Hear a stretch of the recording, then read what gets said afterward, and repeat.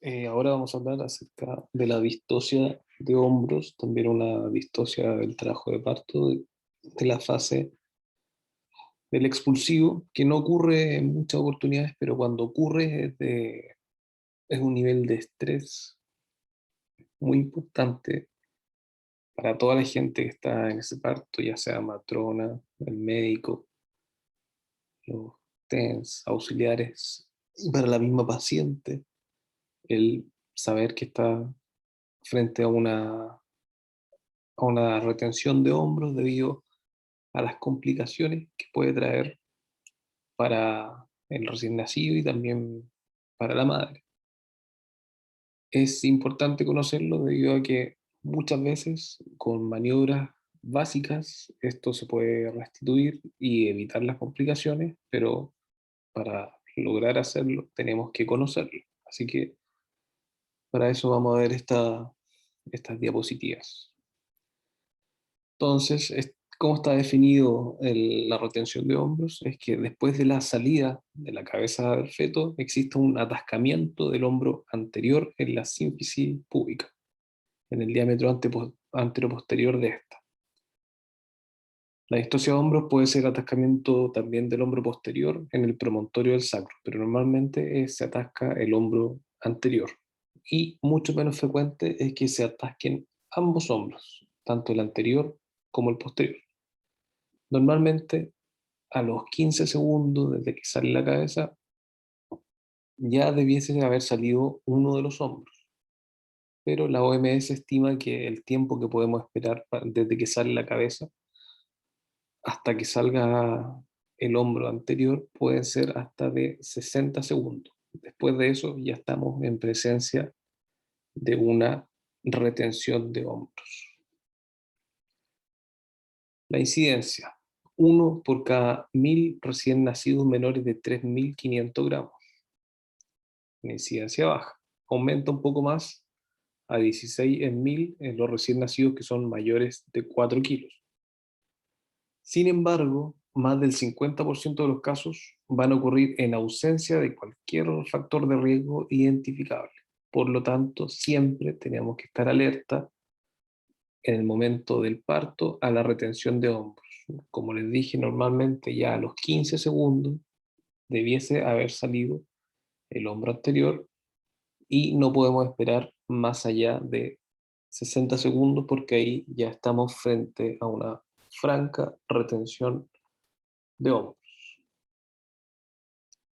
En la población general se da entre el 0,2 al 2% de los pacientes.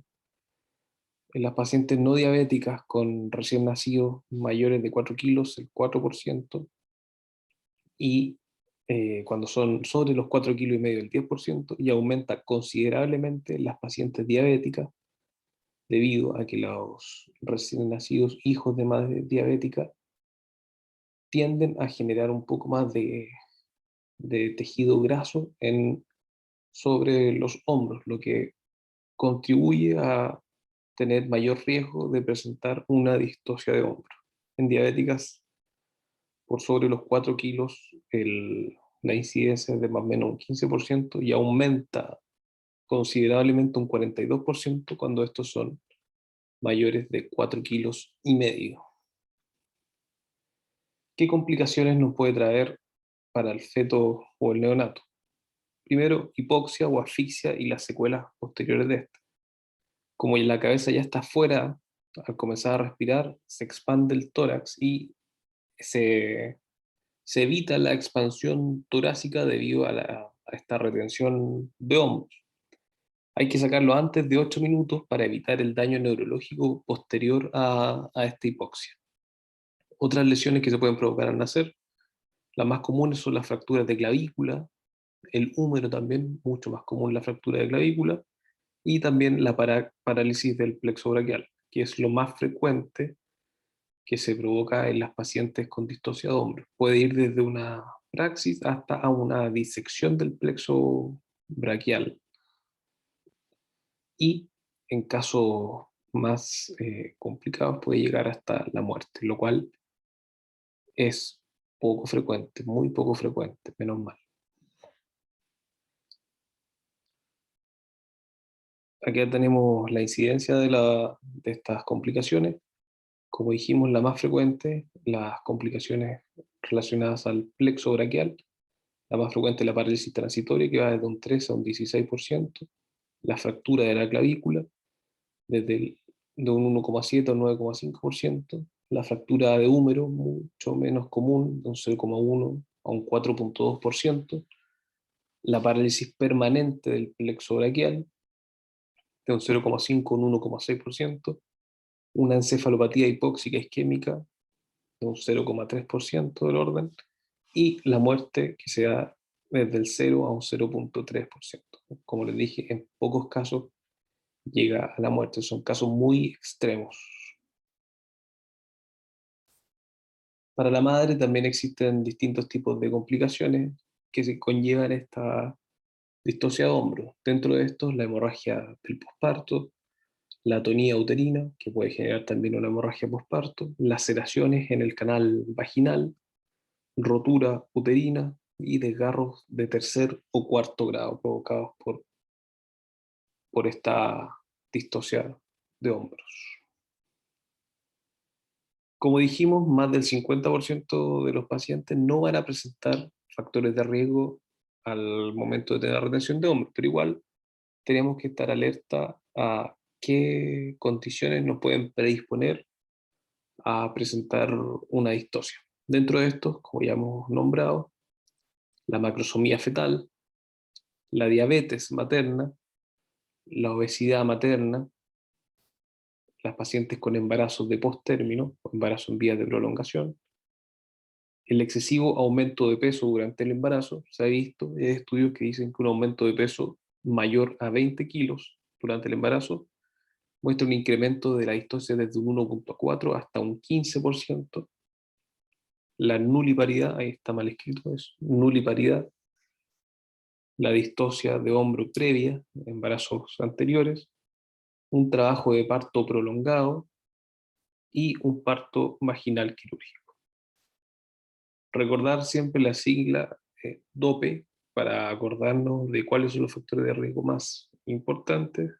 DOPE, que la D de diabetes, la O de obesidad materna, la P de embarazo de posttérmino y la E es el excesivo aumento de peso durante el embarazo. Son los factores de riesgo más predisponentes. Aunque, como ya les dije, siempre atentos, porque más del 50% puede presentarse sin factores de riesgo, sin ningún factor de riesgo. El médico y también la matrona debe estar siempre preparado para la distosia de hombro en todo parto vaginal. Como ya les dije y vuelvo a repetir, ya más del 50% de los casos no son predecibles y no tienen factores de riesgo. La obesidad materna y el embarazo posttérmino, también la diabetes, son los factores más comunes en la distosia de hombro. El diagnóstico, como dije al inicio, al pasar más de 60 segundos desde que sale la cabeza y no ha salido el hombro anterior, ya tenemos el diagnóstico de la distosia de hombro. Aquí hay un enlace donde se ve un video donde está el signo de la tortuga, que es cuando la cabeza está retraída contra el peritoneo y esta no sale. Igual como la cabeza de una tortuga, cuando va saliendo del caparazón, es algo semejante, que esta cabeza se queda retraída en contra del perineo. También cuando no ocurre la restitución espontánea. ¿Qué quiere decir la restitución espontánea? Una vez que la cabeza sale, esta tiende a girar hacia el lado desde donde venía. Esta es la restitución espontánea. Y esto no ocurre en las pacientes en las cuales ha ocurrido una retención de hombros. Que luego de la expulsión de la cabeza transcurra más de un minuto sin salir los hombros, como ya habíamos nombrado antes, y la imposibilidad de completar el parto con el esfuerzo del expulsivo y las maniobras habituales. El protocolo de manejo, evitar las 4 P. Está en inglés. Pull, push, panic, pivot. No tirar, no empujar, no entrar en pánico y no bascular la cabeza. Normalmente para el esfuerzo que se debe hacer para poder sacar la cabeza es poner los dedos, el índice y el medio, en forma de tijera alrededor del cuello y con tirar levemente hacia abajo, y con eso debiese salir el hombro anterior, solo tirando levemente con los dedos en forma de tijera, el dedo índice y el medio, alrededor del cuello fetal, debiese salir la cabeza sin problema. Si es que no, no tenemos que caer en estas 4P. No hay que tirar con mayor fuerza, tampoco empujar, evitar entrar en pánico y tampoco bascular la cabeza, hacer pivote con la cabeza, debido a que ahí podemos dañar al recién nacido. ¿Qué hacemos entonces cuando estamos ante el caso de una retención de hombros? Primero que todo, pedir ayuda, notificar al equipo que estamos ante la presencia de una retención de hombros y realizar las maniobras que nos van a ayudar, en la mayoría de los casos, a resolver esta retención de hombros. La primera maniobra, que muchas veces solo con esto se va a resolver el problema, es la maniobra de McRoberts. ¿En qué consiste la maniobra de McRoberts? Consiste en levantar las piernas, también quitar las almohadas, bajar la cabecera si se encuentra elevada, poner a la paciente en una posición plana sobre la cama y, hiperflexionar ambas piernas. Levantar las piernas, hiperflexionarlas y poner a la paciente en una posición plana sobre la cama. Aquí vemos esta imagen en donde está la paciente acostada sobre la almohada, con las piernas no hiperflexionadas y tampoco levantadas, y vemos cómo al realizar el cambio en la posición logramos ampliar el diámetro anteroposterior para así facilitar la salida del hombro anterior. Aquí se ve en esta imagen y cómo cambia el ángulo con la hiperflexión de las piernas y se aumenta el diámetro anteroposterior para así permitir la salida del hombro anterior. Entonces, primera maniobra de McRoberts, levantando las piernas, hiperflexionándolas y poner a la paciente en una posición plana. Junto con esta maniobra podemos realizar también el desimpacto del hombro anterior. ¿Cómo se realiza esto? Por vía abdominal, aplicar presión suprapúbica con el talón de ambas manos sobre la parte posterior del hombro anterior. También se conoce esta maniobra como la maniobra de Masanti. La presión constante al inicio y luego oscilante. La combinación entre las dos maniobras, McRoberts y la maniobra de Masanti, nos van a dar un 91% de éxito. O sea, la mayoría de los casos con estas dos maniobras que son simples de realizar nos van a, causar éxito final en nuestra retención de hombro.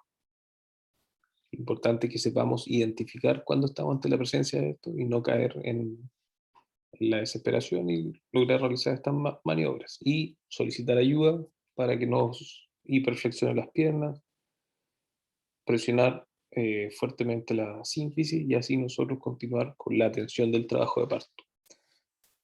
Aquí se ve cómo están en combinación ambas maniobras, la maniobra de McRoberts, en donde se está hiperflexionando las piernas, y la maniobra de Masanti, en donde se realiza la presión suprapúbica con el talón de la mano.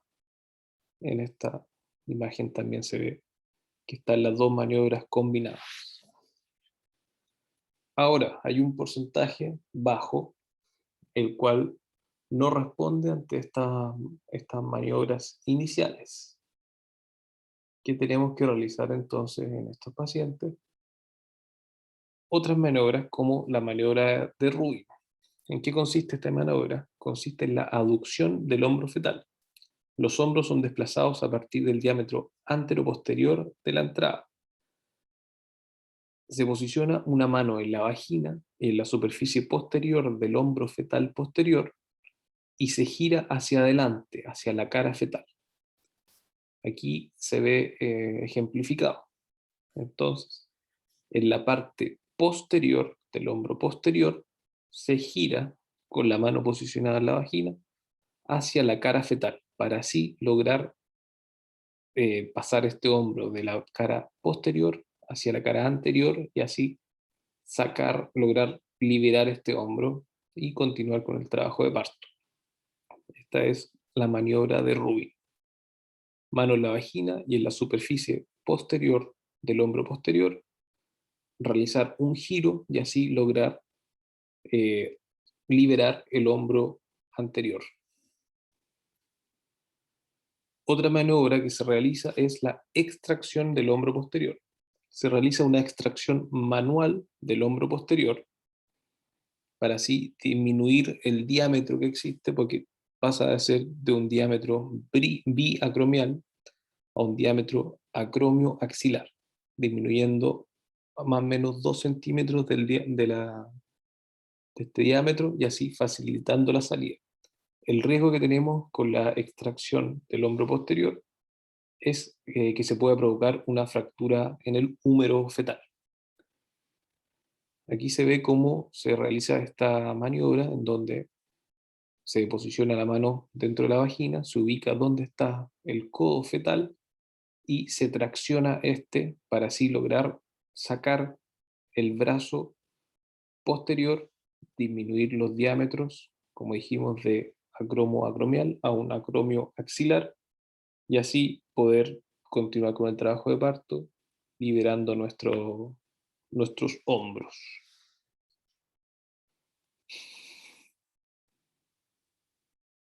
Otra maniobra que se puede realizar es el sacacorcho de Guts. El sacacorcho de Guts es una maniobra en donde se presiona sobre la superficie anterior y clavicular del hombro posterior hasta que el hombro anterior emerge por la sínfisis materna.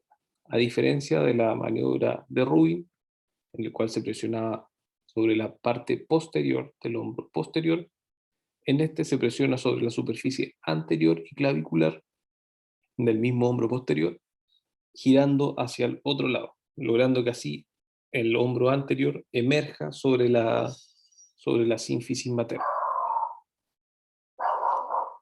Otras maniobras son, por ejemplo, rotar a la paciente y que se ubique en posición genupectoral con 4 puntos de apoyo para así lograr una extracción fetal al cambiar el plano pélvico, el cual se va a ampliar y va a lograr poder realizar la extracción fetal y también por la gravedad que se va a generar.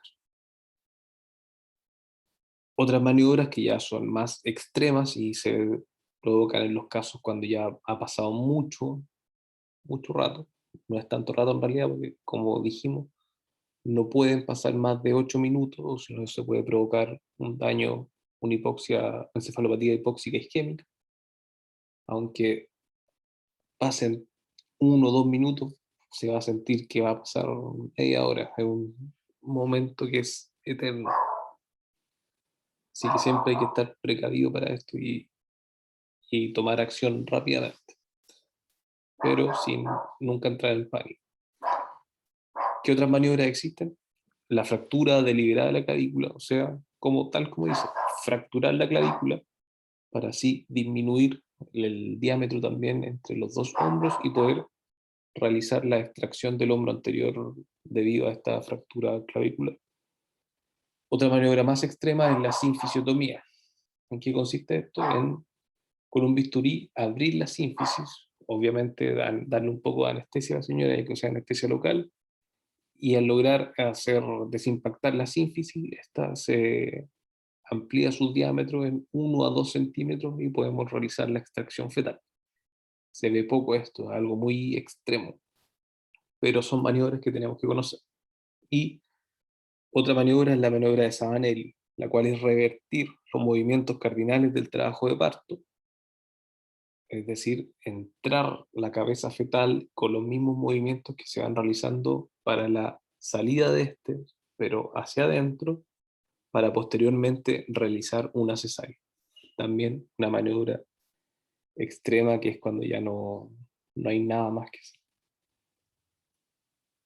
Aquí entonces se ve un, un esquema de qué tenemos que realizar ante la presencia de una retención de hombros. Primero, si tenemos retención de hombros, solicitar ayuda, al menos 3 ayudantes, tener el equipo con el obstetra, un equipo neonatal, llamar al neonatólogo y también al anestesista por si es que requerimos el uso de anestesia.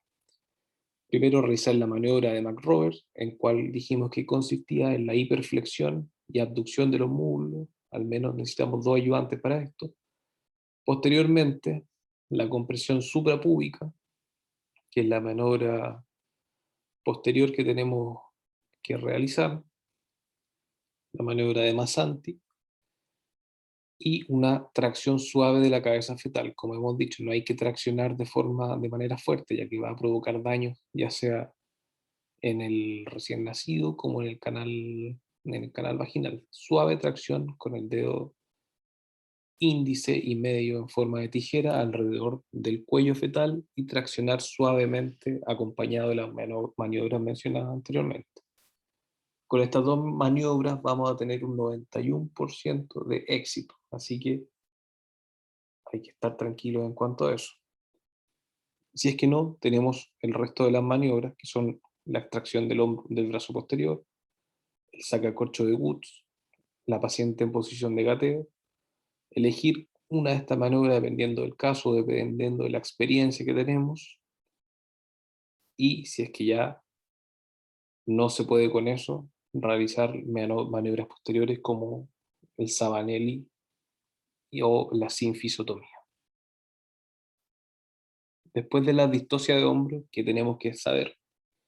Recordar el daño significativo que se puede causar tanto en la madre y la hemorragia postparto por el trauma generado, así que estar atentos a la hemorragia postparto, manejar activamente la tercera etapa del parto o alumbramiento, reparar las laceraciones que se van a provocar en el canal del parto, tomar gases del cordón para ver si es que existió asfixia neonatal durante estos procedimientos, asegurar una resucitación neonatal adecuada, examinar al recién nacido en busca de traumas generados por las maniobras realizadas para poder extraerlo, reexaminar al bebé a las 24 horas, documentar.